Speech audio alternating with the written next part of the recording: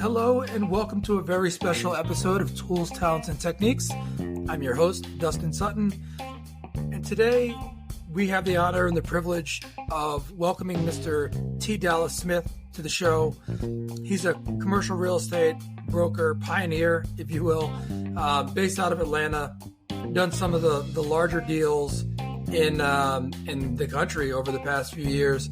And he recently came out with a book called In the Black, Changing the Dominant Narrative in the Commercial Real Estate Industry. And in this conversation, we talk about a lot of the points that he covers in the book. But this was a very remarkable day for me to have this conversation with him. He's somebody who I followed for the past few years, and just hearing his story, and it's a story of resilience, of inspiration, and it really does serve as a testament to his determination and finding his path. So I really hope that our listeners, you enjoy this conversation, even remotely close to as much as I enjoyed having it, because even though people are having a really hard time in the commercial real estate industry and the markets in general, it really helps me, and I'm speaking for myself here, but I know I'm not alone in this, but hearing people talk about the journey and the ups and the downs and persevering and finding a way through, it's a big help. And I know not just for me, I know it's for a lot of people feel similarly. So once again, hope you enjoy this as much as I enjoyed having it. Here he is, Mr. T. Dallas Smith.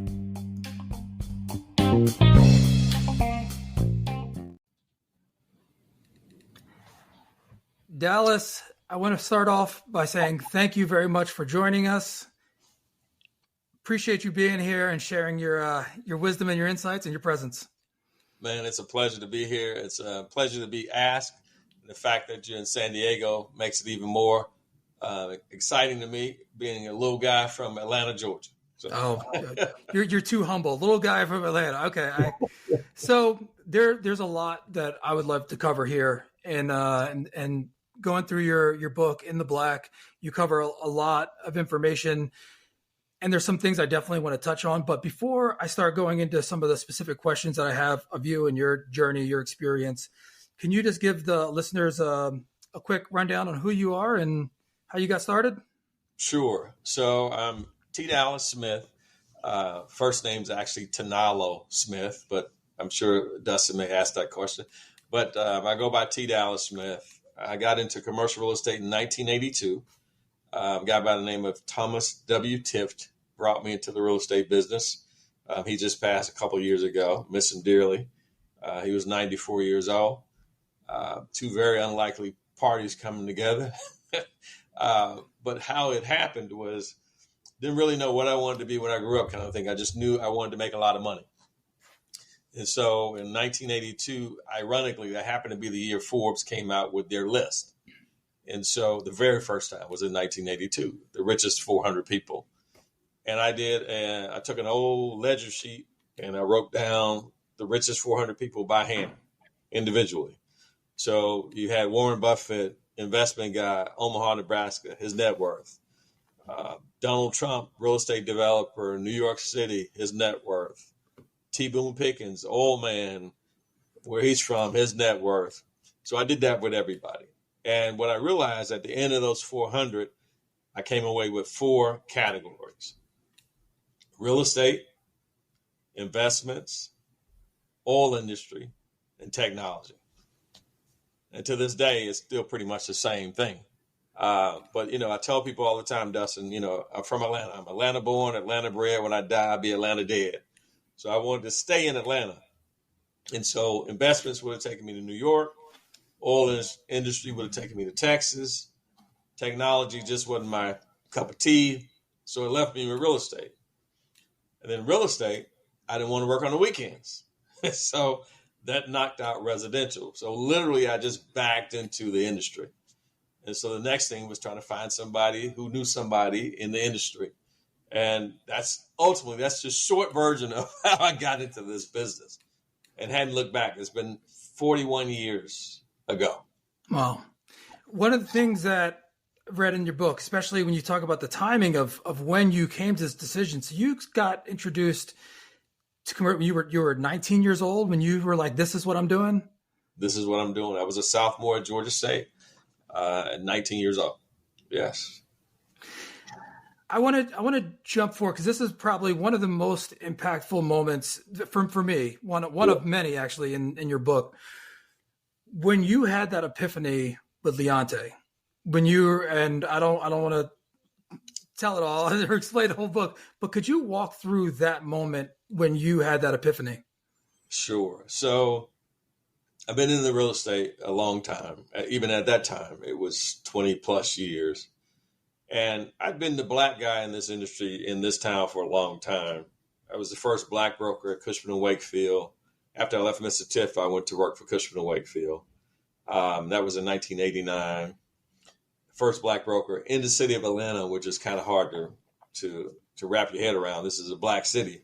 I'm the first one there. And they were owned by the Rockefellers. And so when I left there, I ended up working for a guy named Herman Russell. So Herman Russell, even then, I was really sort of a solo band, if you will. I came over there at Russell to start a brokerage division, but I was in my 30s and I was still full of ego and really was just looking back at it, I really wasn't trying to start a division. I was just trying to fatten my pockets, if I really were very honest with myself. So, but the history of being the only one in the room oftentimes was a struggle. But, I tell people, if you're going to play football, you're going to get hit. If you're going to play basketball, it probably helps if you're a little taller, right? So if you're going to be in commercial real estate, odds are you're going to often be the only one in the room. If you're black, of color, or female, you're probably going to be the only one in the room a lot. And so the point is you have to get comfortable in that environment. You don't have to like it, but you got to get comfortable with it, right? You may play football, you may not want to get hit, but you got to get comfortable with it. And so I've gone through a lot of these, being in the room where it was very obvious they didn't want you in the room. I know what that feels like. And I don't want anyone to feel less than or not wanted.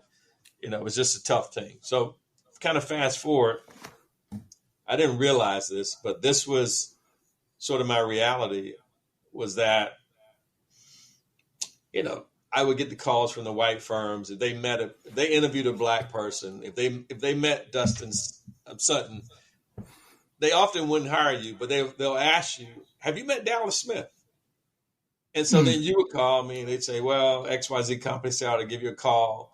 So I would have these calls from a lot of different black folks who were trying to get jobs at other places. And this is what I would typically do. I would say, well, do you have your license? And they'd say, no. I'd say, get your license and we'll talk. And so really that's how I got rid of people, Dustin, because no one ever came back. So I meet Leonte, 2004, 2005. 2006 is when I meet him. And just like everybody else, he wants to get in commercial real estate. I've said this to 50 people over the years. You have your license? No, sir. Get your license. We'll talk. So when I said that to him, I literally thought that was it, because it's worked 50 times before. Nobody ever came back. So surely this guy's gone too. 3 weeks later, this guy comes back with his license. And this was over Thanksgiving, Christmas holiday. He comes back, Miss Smith, I got my license. He's smiling. He's got this big smile. When you meet him, that's just who he is. He always has this big smile. But in my mind, I was thinking, like, what the hell am I going to do with this kid? Nobody ever came back. So I never had a plan B to get rid of people, because I was convinced I wasn't going to have a brokerage company. Although you read the book, I talked about it in a presentation with Dr. Schwartz.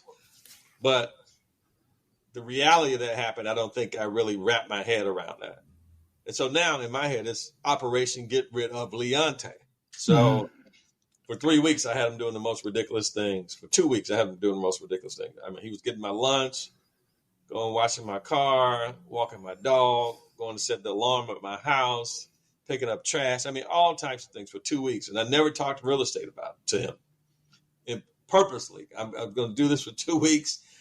So hopefully he'd get frustrated, tell me I'm out of here, and I go back to my normal life. That was the plan I had in my head. But everything I asked him to do, not only did he do it, Dustin, he did it with with a servant's heart, a smiling face. And this one particular day, this was the day I was going to get rid of him. This was the only real estate thing I asked him. I said, Leonte. So he came in. Yes, sir. I said, how many square feet an acre? I don't know. And I look at my watch, go like, okay, like you got a couple minutes to figure this out.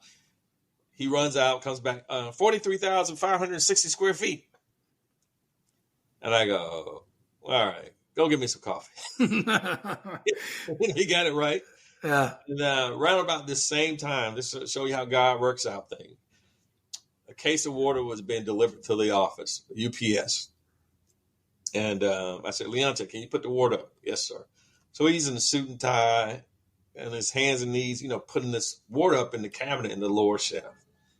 And literally at that moment, Dustin, I have an epiphany. It's like God said, Dallas, that was you when you were trying to get in the real estate business, but there was nobody who looked like you who could help you. You can help this kid unlike anybody was ever able to help you. And it was literally at that moment, at that time, I realized what God had called me to do. And within 2 weeks of that same time, God told me, train him up as a son, but this will be the one who will take over your company when you are 60 years old. And so last year I turned 60 and we had a handing of the baton, and Leonte was named president of the company. I'm still CEO and founder, but I'm not in the corner office anymore. Leonte's in the corner office. Okay. And in fact, he was like, Dallas, we don't have to move. I said, no, you got to move. I said, if we're going to have a change, people need to see a physical change. If I name you president and I still sit in the corner office, nothing's changed. So I moved. I'm down next door to the COO, Dexter Warrior, my business partner. Dexter and myself and Leonte are the three managing partners of the firm. And so I hadn't looked back, man. Like literally God's timing and what he said was just perfect. And I tell people all the time, in fact, at the handing of the baton, I said a lot of rambling things, but the main message to Leonte was simply this: listen and do. Listen for what God would have you to do and do that. It's as simple as that. And so I fast forward, man, we've been together now almost a year with him as president. Okay. Yep. Yeah. My birthday is August 23rd. And so I'm looking at kind of what God is doing. And Leonte is a big planner. So he's been building the boat, if you will, talking to all the folks you can think of in terms of it's his vision that to create this company and turn it into $1 billion company. He said that a few years ago before he was president. And I remember just kind of receiving the words from his mouth because let me go back a little bit. So Brian Jordan was my business partner. In fact, that's how I met Leonte. Brian Jordan used to play baseball for the Braves and football for the Falcons. In fact, I think it was Prime Time and Bo Jackson and Brian Jordan were all playing, double sports at the time, both baseball and football. And so, we had a development business, and I was his chief operating officer. But it was 2004 to 2006 when the whole world fell apart. And when that happened, I was real clear on what I needed to do to go back to my core business, which was always brokerage. And I had a meeting with Leonte, and I said, hey, man, I want to be respectful. I met you because of Brian Jordan. And I'm going to start my own firm, go back to brokerage. But if you want to stay with Brian, I understand. I get it. But before I could say, if you want to roll with me, before I could get that out, he's like, I'm rolling with you, Mr. Smith. He just, it was this confidence that he had. And I likened it to what Peter said about Jesus. Like, I know who you are. It was the faith that he had. And Jesus said to him, you're the rock that I'm going to build this on, right? And he said that with that kind of confidence. And so that was almost 17 years ago. And when he made that same declarative statement about making this $1 billion company, I received it the same way. What was the time difference from when you had to when he started, when you were like, oh, wow, I'm not getting rid of this guy, to him saying, I'm rolling with you? Like, how long had you been working together? 2 weeks. No, but when you from that time to when you were saying, I'm going to go back to just tenant rep, like it was the same 2 weeks? Oh, wow. Okay. Literally. Okay. So I meet him, let's just say arbitrarily it was, November 1st, November 14th. It was, yeah. I was rolling out. Okay. So let me ask, so another question. You mentioned that when you had that epiphany, when you said, yeah, man, like, this is me. Like, this is what I was doing. What was the difference in time between that epiphany to when you were first starting out, which I guess that was when you were like 18, 19 years old? So that's a good question. So I started in 1982. I had to do the math. 1982, and this is 2006. Okay. So one of the things that is, and again, there's a lot of this detail in your book. So that time of you hustling, finding your way, yes, learning these lessons in the industry, you doing those things. To me, it was really, that moment was so impactful to me as a reader, because you can see how, like, you're just out there hustling. You're trying to make it work. You're trying to figure it out. Yeah. And then you forget, like, oh, wait, I have a different calling here. Like, there's something else that is the why, like another why here to do that. I mean, you're absolutely right. So to answer your early question, Dustin, so I've been in the business 24 years, from 82 to 2006, right? So 24 years I'd been in the business, but I hadn't been in my calling. And so I explain to people this way. 2006 is when I came into my full calling. Mm-hmm. And that calling is to bring people of color into this industry. Number one, through exposure. That's the same reason I wrote the book. So I wouldn't have, but for writing the book, and I wouldn't have met Dustin. I wouldn't have met you. I was coming for you. But what I realize is there's power in representation. I think about, I'm a golfer now. I play a lot of golf. Tiger Woods got into, before Tiger Woods and, post Tiger Woods, I just never had an interest in really watching golf. It seemed very boring to me, very slow. Then when Tiger started playing, I remember the first time he won the Masters, I recorded it on a VHS at my parents' house. We watched it. And it became so real to me. It became, this is possible for you too. And I think oftentimes, for people who don't wear the skin that we're in, often I think take it for granted, because if the last previous, 70 presidents have been white men, you don't think anything about it. It's just, that's your normality, right? But if you see the first this or the first that, for the first time, it puts you in the mindset of, that's, as my buddy Egbert Perry says, I have market permission to do that. And he has a book coming out called Market Permission. So you're hearing about it here. But it's so true. It's like the market gives you permission to be able to do this thing. And it goes so far. And so now, Herman Russell was that guy for me. Egbert and I both worked for Herman. And Herman was a guy with a speech impediment from Jim Crow, Georgia. He was from Atlanta, but during the days of Jim Crow, when he tells the story, he told me the story where he thought his first name was the N-word, because that's how often people used the word back then. Wow. And so this was also a guy who later created the largest black-owned construction company in the country.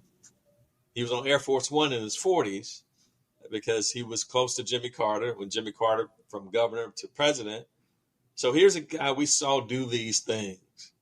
And what he did for me more than anything, I understand now as a 60-year-old man, soon to be 61, Lord willing, that these things, just being in his presence, made it very possible for me. And so now, doing the transactions that we're doing, I mean, we've got Fortune 50 companies, Fortune 10 companies, Fortune 50, Fortune 100 companies. It makes it very possible for anybody else who looks like me to say, I can do this too.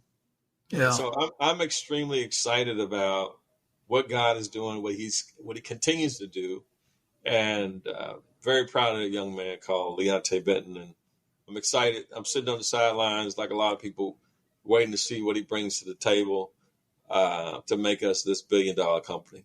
Yeah, and from what I've already heard and seen, I mean, you're on your way. So I'm excited. I'm excited to bear witness as well. From your lips to God's ears. So I want to ask you something else, because I think that market position permission. There's something that you reference in the book that when you talk about there's a silos of you're doing comedian, you're a comedian, moonlighting, but you're also doing commercial, and those lines didn't really intersect. I'm sure there's lessons learned in both of them. Yeah. And you talk about when you have permission to bring your whole self to whatever it is that you do.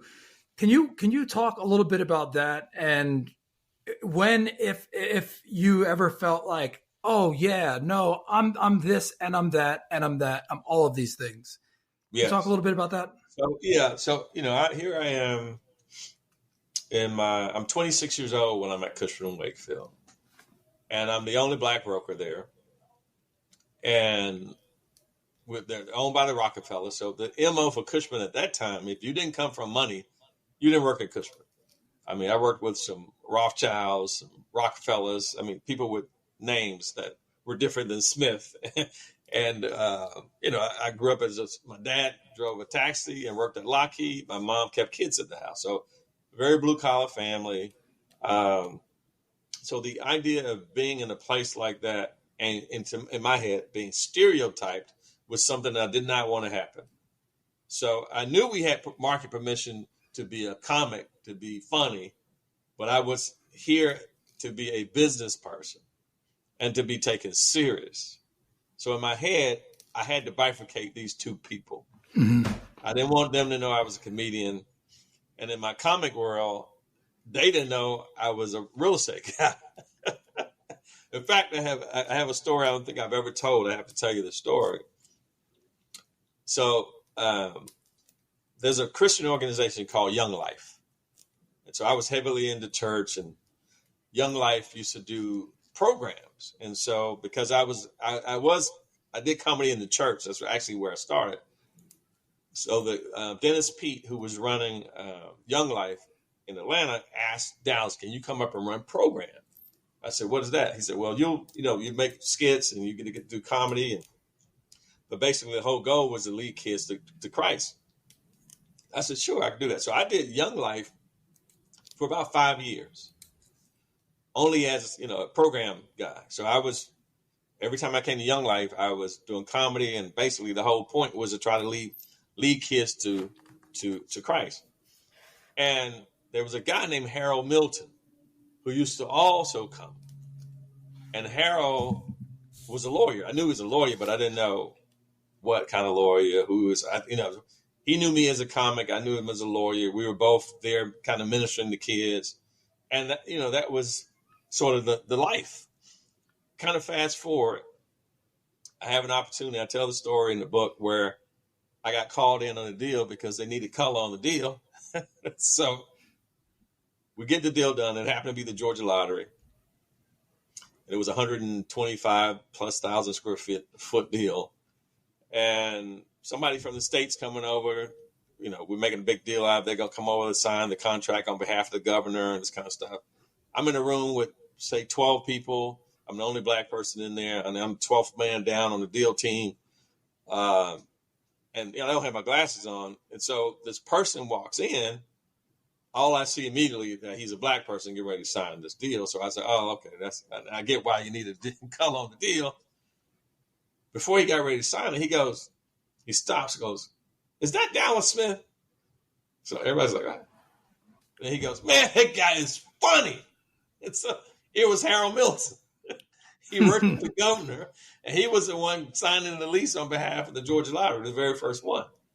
And so at that moment, I was like, dude, if I hadn't bifurcated my life, yeah, if we'd have known, what I did and what he did, who knows how that story could have came out.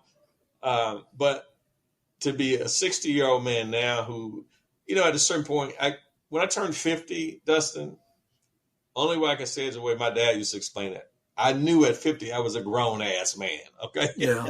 It was like no more bifurcating myself. There's no, even people who listening to this, with your private Facebook page or your private this page and then your business this page. Let me explain to you. There's only one you. Mm-hmm. Period. And that whole self needs to show up. Yeah. Because the very reality of it is I was doing myself a disservice by not being a whole person. By thinking I had to be this way over here and this way over here. The reality of it is, love me or hate me, I need to be me. Mm-hmm.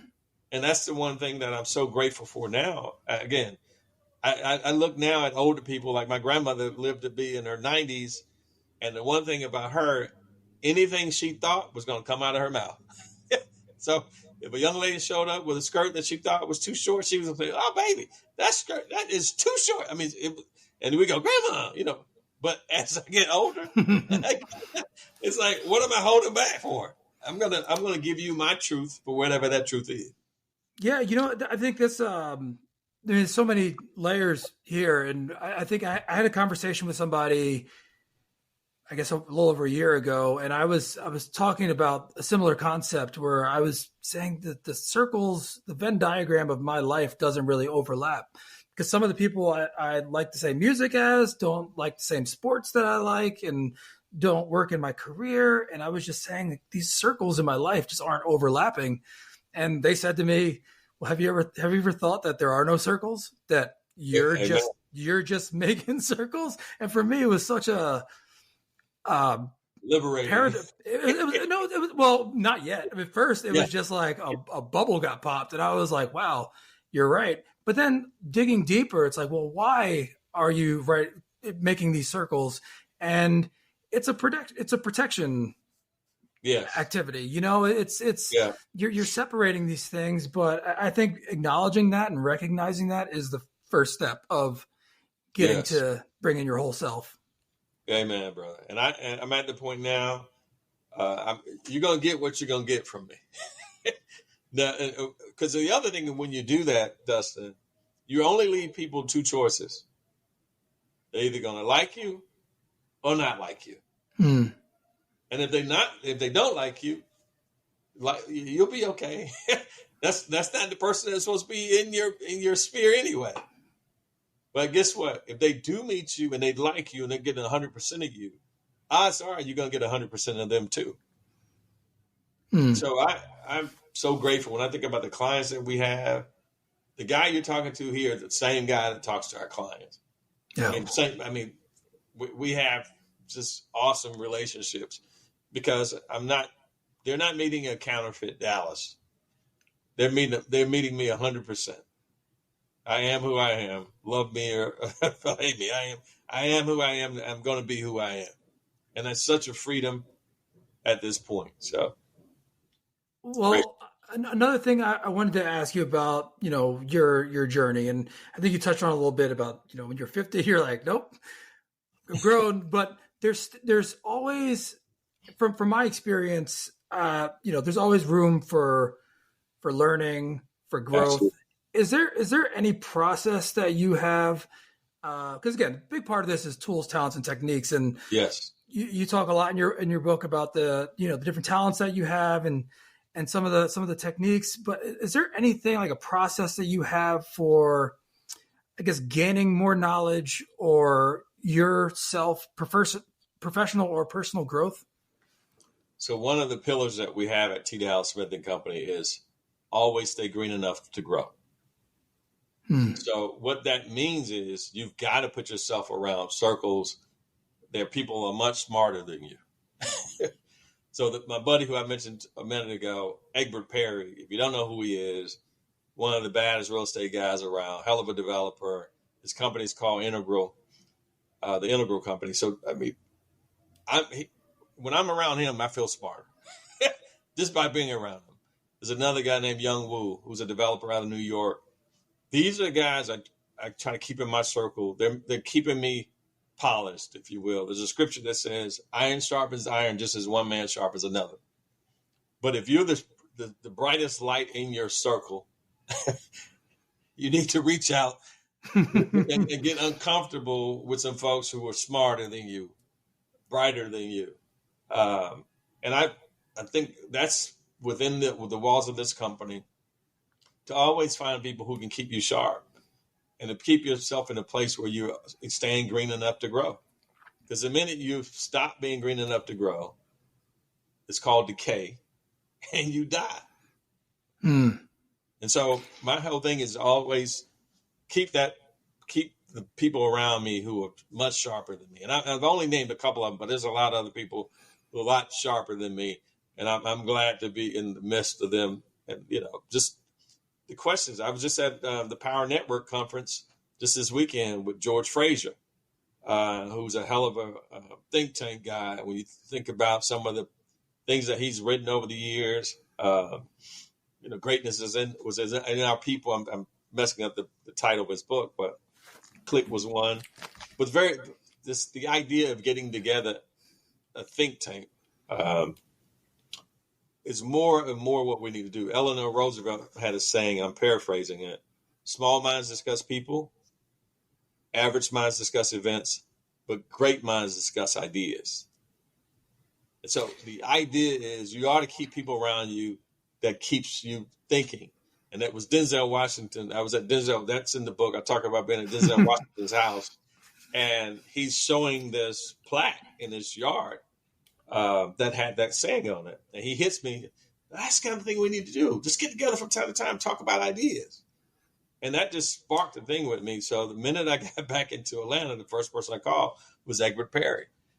And so we get together from time to time, just trying to solve problems. Mm-hmm. And I mean, my friendship with him is, I always call him Big Brother because I feel like the little brother next to him. He doesn't like that so much because he's older than me. But, I think that's what we have to do from time to time.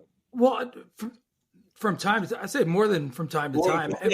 And one of the things, lifestyle. It's a lifestyle. And I think I feel that having a sense of curiosity, and one of the things I think we share this in common, but making things better, or asking in the right way of, why do we do this? Or is there a better way to do this? Is there a faster way? Or, I really like the way this, let me find out more about that. So having that curiosity and being proactive in trying to find the answer, or a better way, or a faster way, a more efficient way, it's a mindset more than anything. Absolutely. Absolutely. And I think if you're keeping people around you sharper than you, helps you to stretch. And I talk about this a little bit in the book too. I talk about Troy and Stacey Gibbons. So mind you, I mentioned to you, I'm from Atlanta, born and raised. We moved to College Park. I'm at Lakeshore High School with less than 5% black folks. First day I ever dealt with racism was the day I moved there. That's a whole nother subject. It's in the book. But one of the things about it, when I was at school, I saw Stacey, and he waved, I waved. So two black guys were glad to see each other. And so we end up, he said, man, you should come by the house sometime. So we end up going by their house. Stacey was my age, 14, and Troy was 13. And they're brothers. And I go visit them, and their mom's like, are you everybody called me Ty back then. Are you Ty? I said, yes, ma'am. She said, well, Stacey and Troy's upstairs. You'll hear them talking. I go upstairs and they're having this debate. And the debate was Stacy's telling the younger brother, you won't be able to afford a Porsche 911. You'll just be in your residency. This is the conversation they're having, Dustin. At this time, I'm looking at both walls that shared a room. Both walls is what we would now call vision boards. They had a vision board on both boards. Now, mind you, at the time, I didn't, it was a Morehouse pennant on both sides. They both ended up being Morehouse graduates. One was going to be a surgeon. The other was going to be a dentist. The one with the 911 had the 911, black 911 on the wall. So they had their entire lives mapped out. Now, on my wall, I had a picture of Dr. J and Shaka Khan. So I had no vision board, Dustin. So I remember leaving their house thinking to myself, dude, you got to get your stuff together. You're 14 years old and you have not figured your life out yet. Because listening to these guys, they had it all figured out, man. I'm glad to say they both did what they said they were going to do. One's a surgeon, one's a dentist. So. Well, did they, to your best of your recollection, did they have those people in their lives to see that? So their father was in real estate, always kept them, pushed them to be their greater selves. So, and if I'm not mistaken, I want to say their father went to Morehouse. Don't hold me to that. But their father was the one that set these standards. And I didn't have, to your point, I had nobody pushing me even to go to college. Like, as I mentioned to you, both of my parents are, blue collar people. If I just gotten a job at the post office, my parents would have been ecstatic. I'd had a good job with good benefits, and that would have been more than enough for my dad. But just having been at their house was enough to make me say, hey, there's more out here. Yeah. And that's when I started doing the research, trying to figure out, again, I didn't know really what I wanted to be. I just knew I wanted to make a lot of money. So I just studied people who make money. That made sense to me as a 19-year-old kid. Well, this goes back to what we were talking about before about exposure. Yeah. And I've heard the expression, you can't be what you can't see. And even if somebody opens that door a crack, that you're like, oh, because sometimes you don't even know there's a door there. Yeah. You know? And one of the things that we talked about before is, opening a door for somebody. But sometimes it's not even just about opening the door. It's about showing somebody, hey, there is a door, that there are doors beyond that door, and opening it, holding it open, and shining a light on it so people know that there are other options. And it's so powerful. Dustin, I know you've met these same kind of people I'm going to describe. People who were born on third base. So all they had to do was crawl to home plate. When we're driving around trying to find the stadium, that's how we didn't even know that we could get in the stadium. Where's the door to the stadium, let alone play the game? So what we're trying to do, to your point, not only have we identified the stadium, we found where the door is. We got other people playing now, and you can play the game too. It's a powerful even thought. And one of the things that is an exercise in all of this is when you do come across the people that are born on third base, and not their fault, but it's like when people are born on third base, but they act like they did it. So, but there's so much to think about here. And also there's something else also about not messing it up. Because I know people that are born on third base that, will stay on third base. I know some other people that will get caught snoozing and get thrown out on third. And then there's other people that, can grow and build that. And so there's something there too.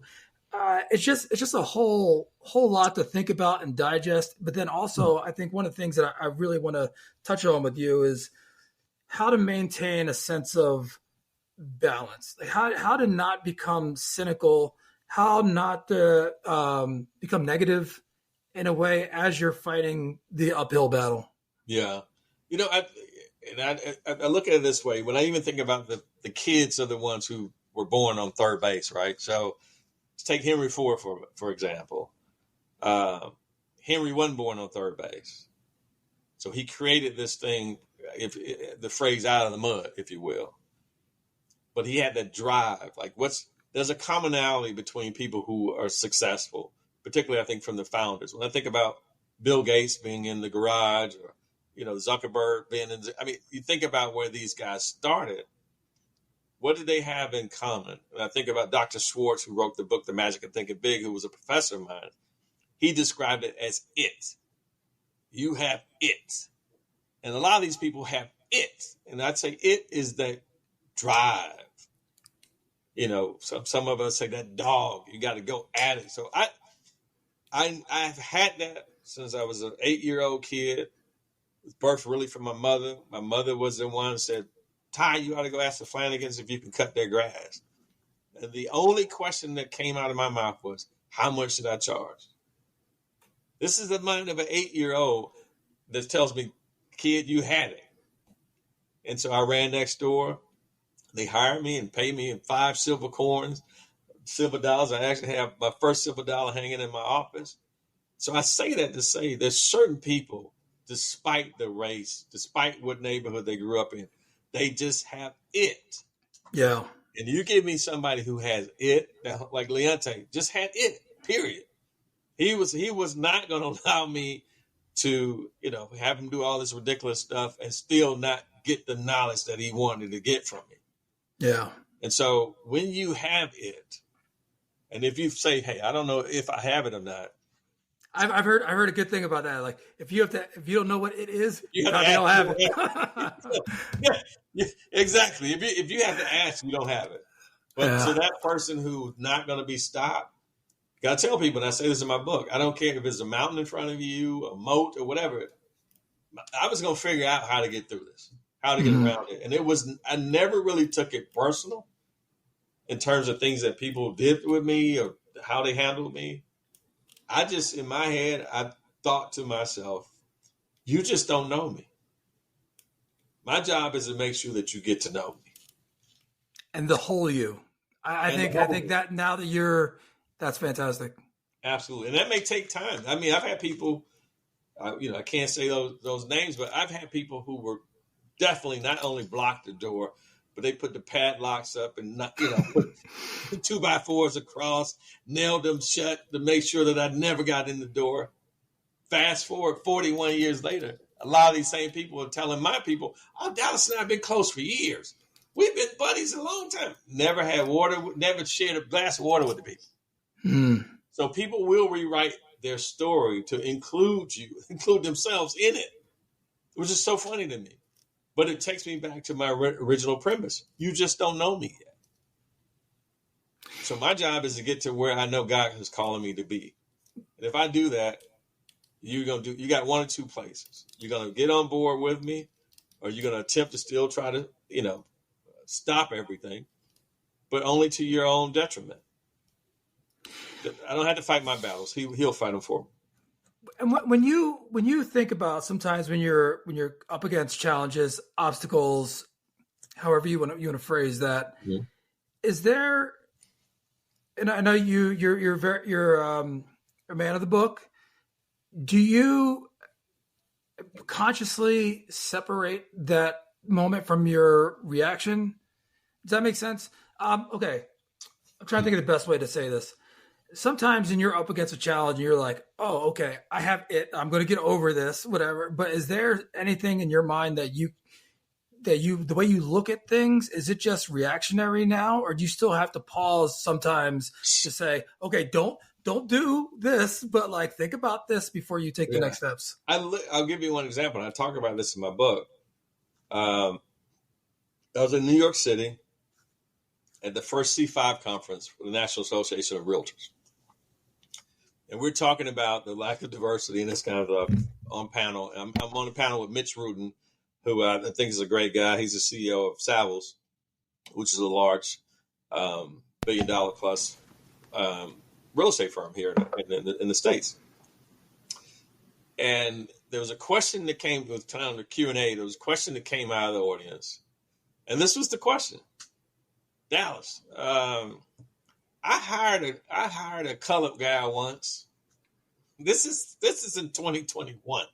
I hired a colored guy once, And it really didn't just work. It didn't work out. Now the question I have is, how can I get people to assimilate to my culture? This was the question. And so, Dustin, when he made the comment about I had a color guy once, you could hear the room go audibly, oh my God. So now everybody's looking at me like, how's Dallas going to answer this question? And this is how I answered the question, Dustin. I said, myself and Dexter Warrior, we're the two oldest guys in my shop. Now, if I only hire people my age who've got my experience, I'm only going to get a Dexter or a Dallas. I said, what I've learned is I've got to bring in the person who doesn't have a clean-cut haircut. They may have dreads. They may have a different look or whatever. It's not their look that I'm trying to get. It's their talent.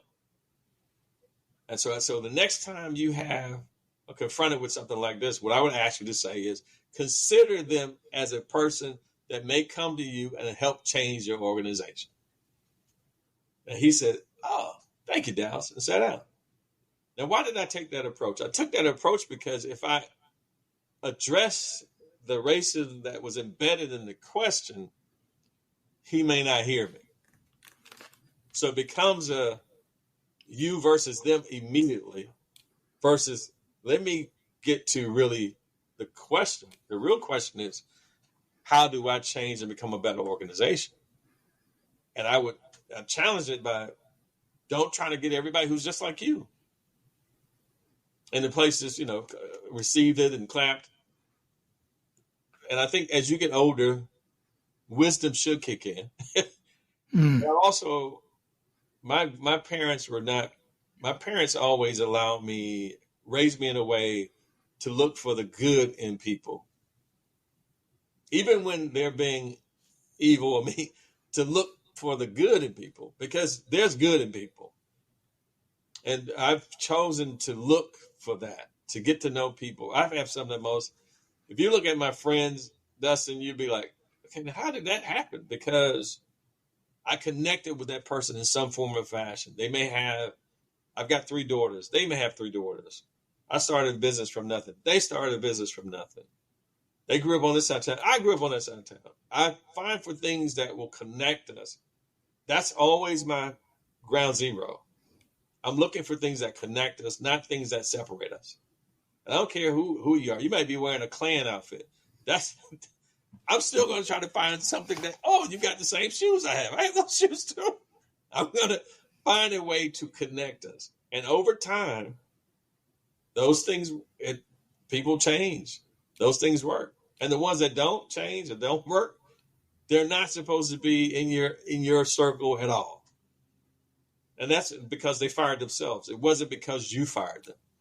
No. If that makes sense. It makes perfect sense. And it's beautiful. It's a beautiful expression. It's a beautiful sentiment. When do you, if at all, like when do you know when it's too far gone? You're like, oh wait, no, I just gotta let go of this rope. I mean, they ignite themselves. You know what I'm saying? Certain things are just you can't come back from. And if you, the one thing I appreciate about God, and again, let me explain something to you, Dustin. If you come to where I'm speaking, you're gonna hear a couple of things. You're gonna see a couple of things. You're gonna hear me quote scripture. You're gonna hear me curse, and you're probably gonna see me cry. This is who I am as an older man now. And what I've learned is because our cuss doesn't negate what I've just given you as a truth. God used the donkey to deliver a truth. So if he can use a donkey to deliver a truth is truth. Whether that truth may coming out of the mouth of somebody who was cussing before, or a truth is truth. So I try to find the truth in the statement and find the truth in that person, the good in that person. Now, the minute I find out that is not the case, I've given you a clear chance, a clear something. Like I tell people, and I've said this in the book, it's nothing to have friends when you have money. But when you don't have money and you look around and see those 1 or 2 people still hanging with you, those are true friends. Those are true friends. And unfortunately, that's a tough lesson to learn, particularly when you have people who are very close to you and do something contrary to what you would have thought they would have done. But I take all those lessons. I think all that helps you to become a wise person. And my prayer every day is, God, give me wisdom. Mm. Give me wisdom. And through wisdom, you learn to cut, the wheat from the chaff. You learn. Yeah. One of the things that I think dovetails well with this is, and you mentioned about the people that you're around, and you mentioned certain networking groups that you're in. Is there? Could you just walk through the process of how you choose? Because again, you're doing deals, you're working with people, you're playing golf, you're doing all these things. You got to be somewhat selective, or maybe not somewhat. You got to be selective with your time and when you're allocating. Is there a thought process that you do, like which groups, which networks, which circles that you're going to be around? It's actually probably contrary to what you think. I'm probably not that selective with my time. I've just learned that if you're hunting elephants, you got to go where elephants go. Yeah. I mean, if you, Andy Gertner, who's I call a Godfather tenor rep here in Atlanta, who was a broker when I was at Cushman. Still, he just turned 80. But Andy was a guy who poured into T. Dallas Smith and Company when I first got started. And I asked him if he would mind to sit down with me and Leonte and Kelly to talk about the structure of my firm and everything. So this is one of the statements that he made. And we've turned that into something that we call activity goals. So I would say, Andy, did you have a financial goal every year that you were going after? He said, no, I didn't. He said, I would just do these things.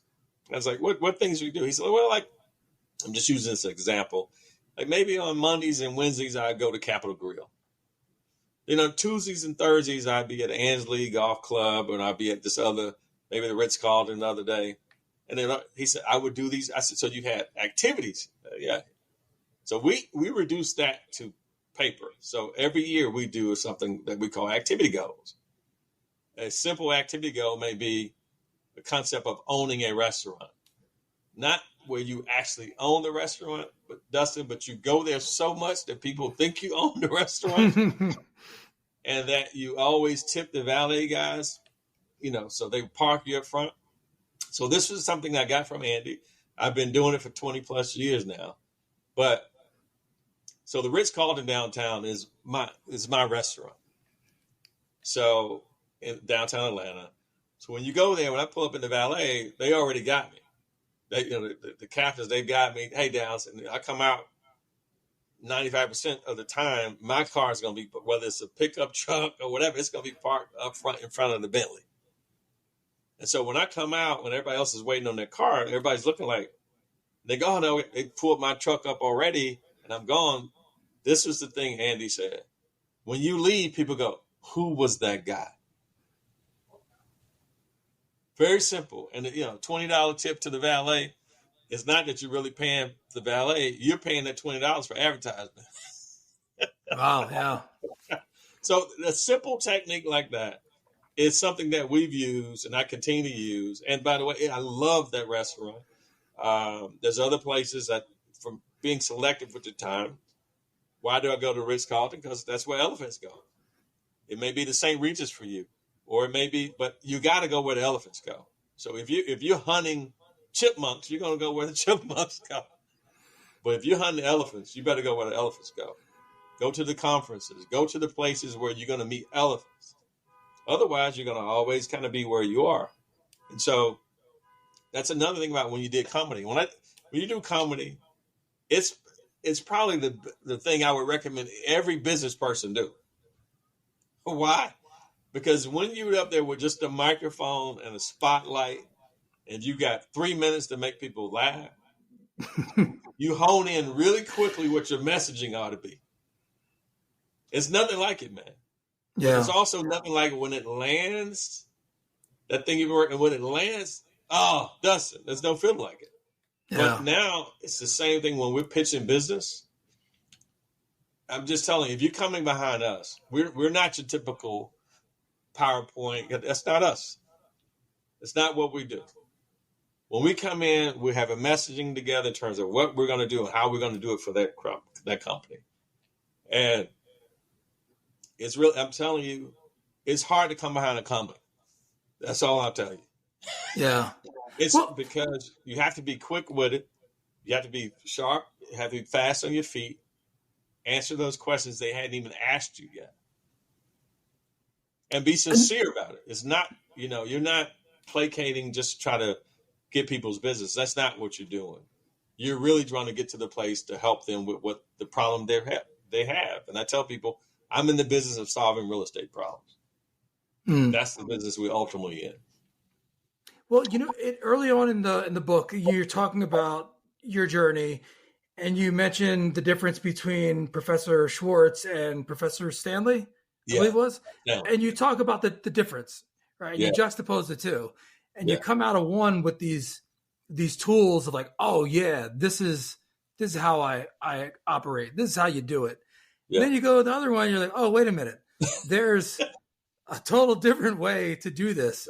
Yeah. And the magic, the wisdom that I see in your journey and what you've expressed through various different methods is how you weave those two together and you become you, like the full you. And that's the wisdom.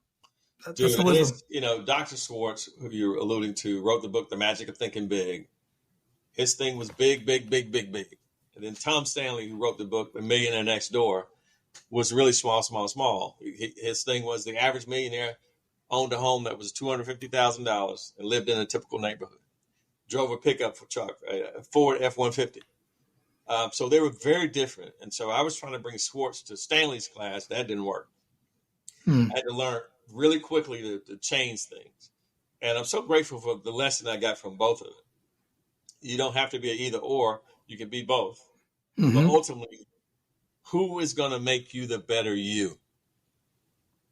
So when I look in the mirror every day, my job is to walk away and say, hey, you did a good job being you today, Dallas. I wasn't trying to be somebody else. I need to be 100% me. I'm real clear. I tell people, God had Noah to build the ark. He told Moses, go let my people go. You have these declarative statements that God has given you. Our journey really at the end of the day, Dustin, is to find out, God, what is it that I'm supposed to be?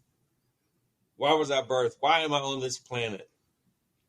And once you figure that out, come hell or high water, nothing can get in your way. Well, to that, I think that's a very remarkable statement you made, that who is going to make you the better you? And in many instances, it seems like it's not going to be, well, the one person is you. You make you a better you, and it's by the decisions that you make. And you can make better decisions by being around people that help you think, help you process, that push you. And so that's really impactful. I think at the end of the day, you have to ask yourself, if we both drop dead right now, were you doing the thing you wanted to do in that moment? And I would say absolutely yes for me.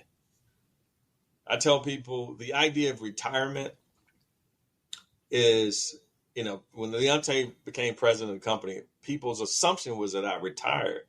No, I just rewired. So, and I'm doing a Herman Russell retirement now. What Herman Russell was, he said, yeah, I retired. He said, I just don't work 80 hours a week now. I only work 40. So the idea of retirement to me just makes absolutely no sense, because I absolutely love everything about what I do. And why would somebody quit doing something that they love, that they absolutely love? I think the idea of retiring from something you don't love makes sense. But if I'm doing what I really love, I found that calling, I'm doing the thing God made me to do.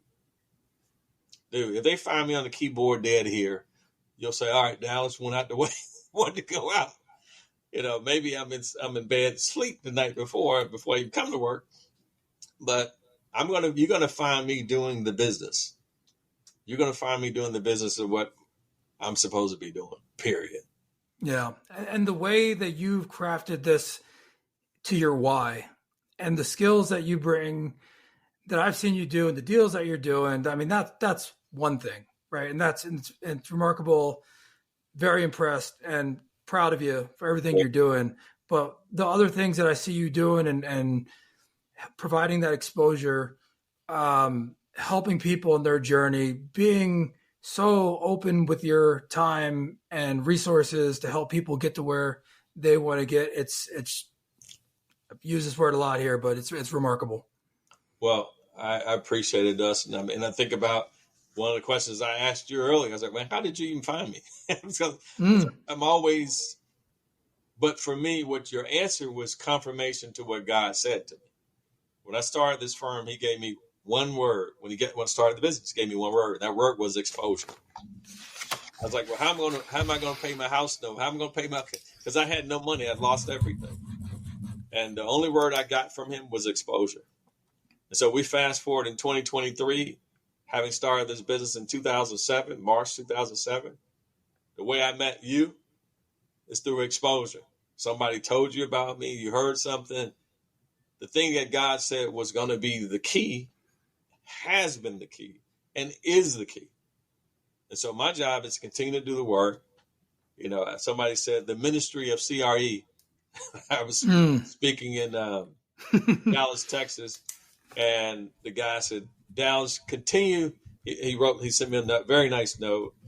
He said, continue your ministry of CRE. And I said, I'm going to use that. He said, yeah, absolutely. And so that's really what this is, man. And the other thing I did not know, obviously God knew, I didn't know, is the joy that I would get out of seeing people come into their own. The thing I asked Leonte, I said, man, I need 5 years of your time. Now, mind you, he was a sophomore in college, just like I was a sophomore in college when I got into the business. I said, I need 5 years of your time. I guarantee you one thing. 5 years from now, you'll be making more money than all your friends. And that kid has done more with the money he's earned than anybody I know. Wow. I'm extremely proud of him, man. He's, you know, if you look at the people who are in our office, they tend to look like us. They tend to be younger. And again, let me be clear. Anybody listening to this, it's not because we don't want any white people. That's not the case at all.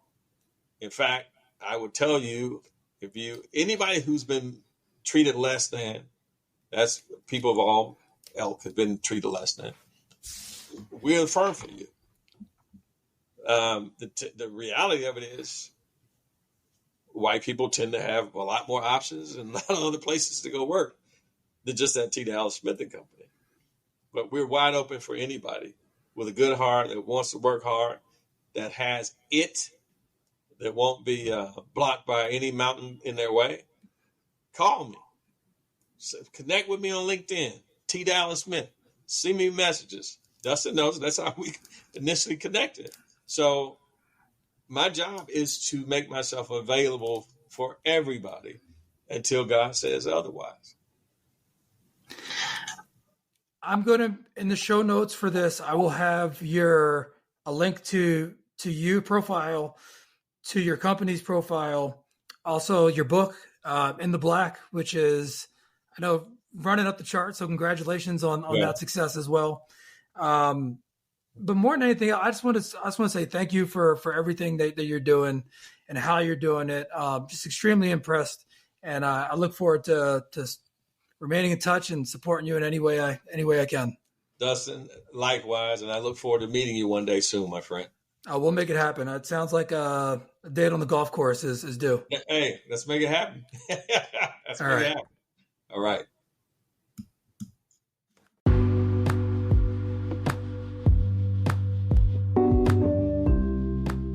Thank you so much for tuning in to this episode of Tools, Talents, and Techniques. We hope that you enjoyed the conversation. And if you did find value in the episode, please consider subscribing to the podcast on your favorite platform, leaving a review, and sharing with your network. We have an amazing lineup in the coming weeks and months with some very impressive leaders and some of the heaviest hitters in business who are making a positive impact in the world. So stay tuned for more exciting episodes and special features coming up.